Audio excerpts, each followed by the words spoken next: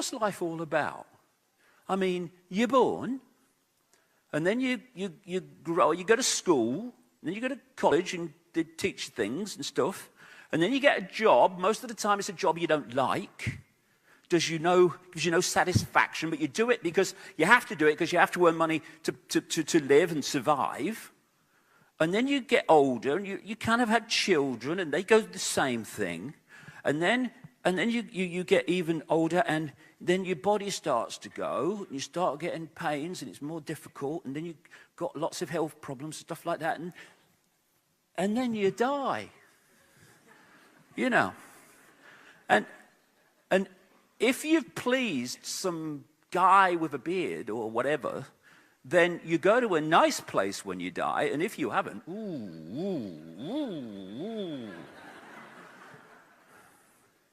and you look at it, and people don't live overwhelmingly, they exist. They stay alive between point A and point Z. And this is life. I think we can do better than that. The reason that's what life has become is because we have become people who have, who live not a life, but a program. A computer program that follows the program through what we call life. And instead of living life, we let life live us, the program live us. And the program is working all the time to keep us in a hypnotic state, because that's, as I'll come to, is basically where most people are at, in a hypnotic state. And it's incessant. Tick, tock, you are feeling sleepy. You have no power. You must serve the system. It's a mind game. It has to be a mind game because there's not enough manipulators to physically control the population, so they have to do it through mind, through perception. And through that, by the way, get the population to police each other. They put us in prisons of the mind where we instead of expanding out to all possibility, we have these belief systems, which are nothing more than programs, computer programs, religion, politics, race, self-identity. We are all that is, has ever been, will ever be, and yet once you take on a religion, that goes zoom. Or I'm a Christian, I'm a Muslim, I follow Judaism, and I'm Hindu. Boom! Rules, regulations. You can't say that. You're not a Hindu if you say that. You're not a Christian if you say that. Oh, sorry, oh. And then there's politics. Oh, you're not a Republican, are you? You're not a Republican if you say that. You're not a Democrat. You're not this. You're not that. Oh, I'm a black person. I'm a Jewish person.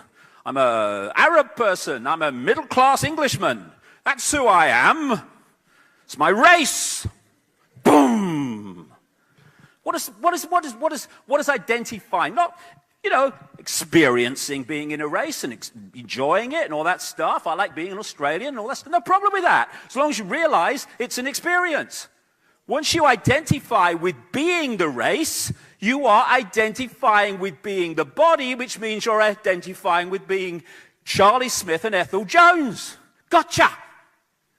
Which brings us to self-identity, which is the key one. Stop them understanding who they really are, because then we're right up the Swanee. As Mark Twain said, in religion and politics, people's beliefs and convictions are in almost every case gotten at second hand, and without examination from authorities who have not themselves examined the questions at issue, but have taken them at second hand from other non-examiners whose opinions about them were not worth a brass farthing. That's how belief systems come about. The earth's not round, you're mad. By the way, if there are people here, I'm sure there must be, who've never heard my stuff before, all the very best. because we're going to go into some very strange places before this day is out. He's just said the Queen's a lizard. He couldn't have done. He couldn't have said that. He did. He did.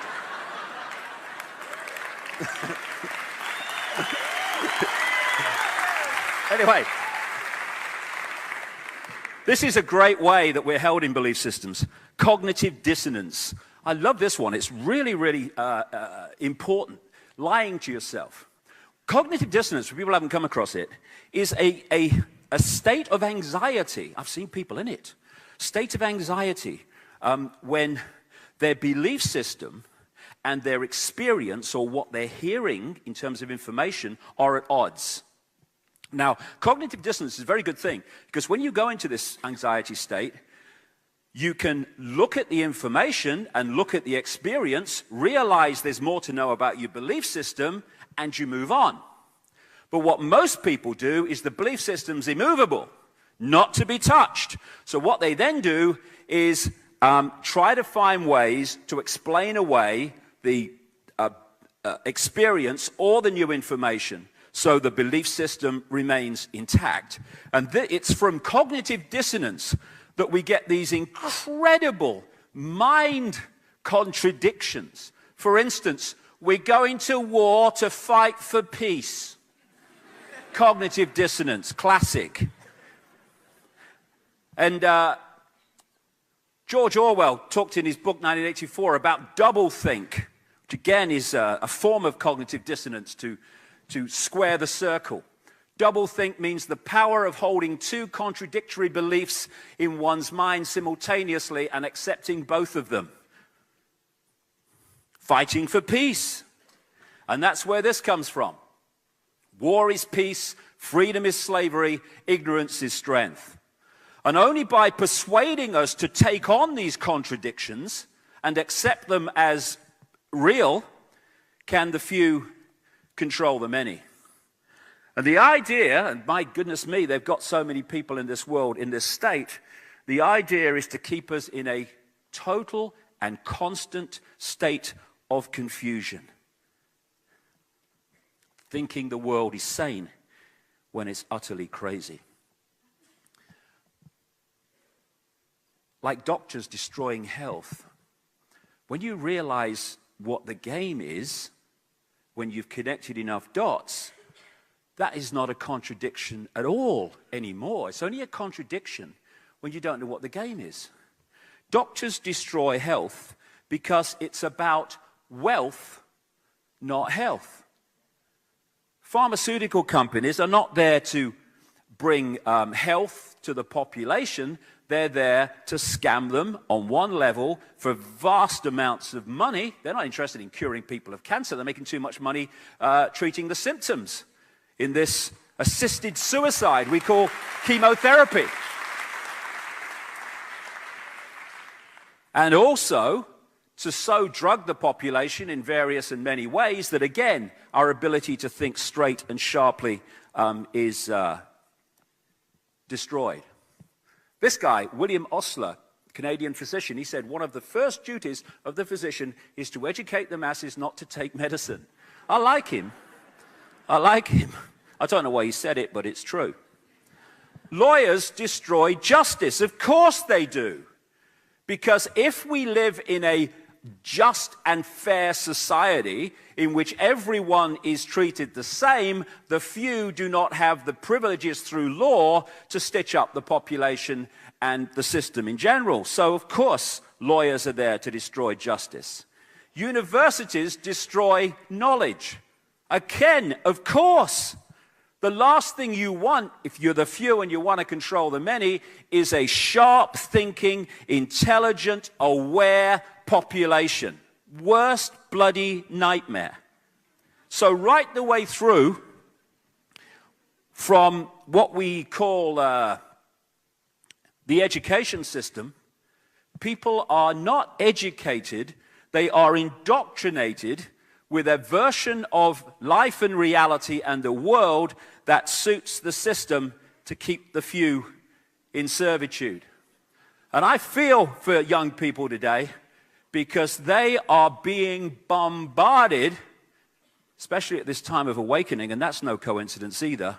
They're being bombarded on multi-levels to keep them asleep and to keep them from opening their minds to see the full magnitude of who they are. And all around the world, education is celebrated. Oh, yes, we're bringing education to the third world. If only. Just more indoctrination into the same global system that we all supposed to worship.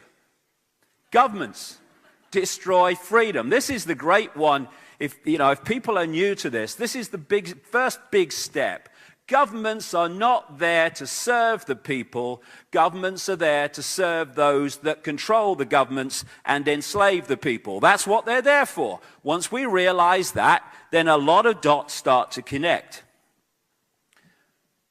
Men in dark suits, they're everywhere, these people. They breed.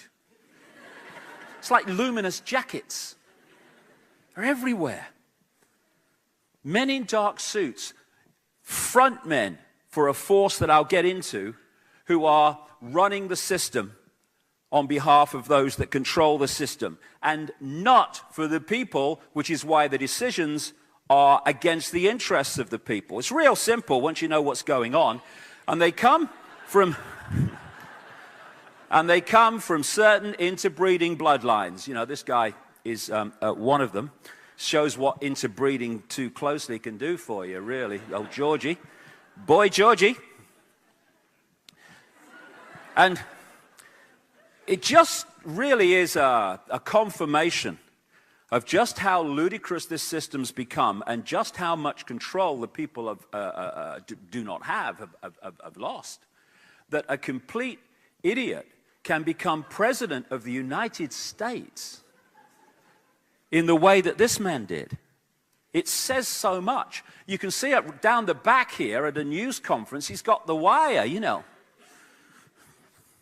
Mr. President, could you answer a question? Okay, go ahead. Yeah?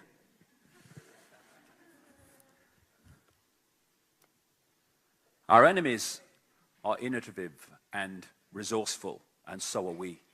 They never stop thinking about new ways to harm our country and our people.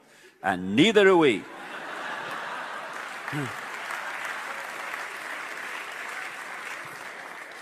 President of the United States, the so-called most powerful country in the world, and that man can become leader. And now the power of persuasion, a man who was spawned from the most corrupt political system in America, Chicago, has become the Messiah for the world in the minds of so many people. When the guy is just the political equivalent of a used car salesman come in here to sell an agenda with a smile on his face.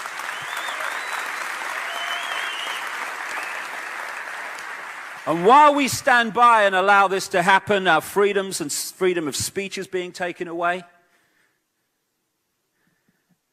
Our ability to even interact with these people is being eradicated as we have the free speech zones and all this stuff.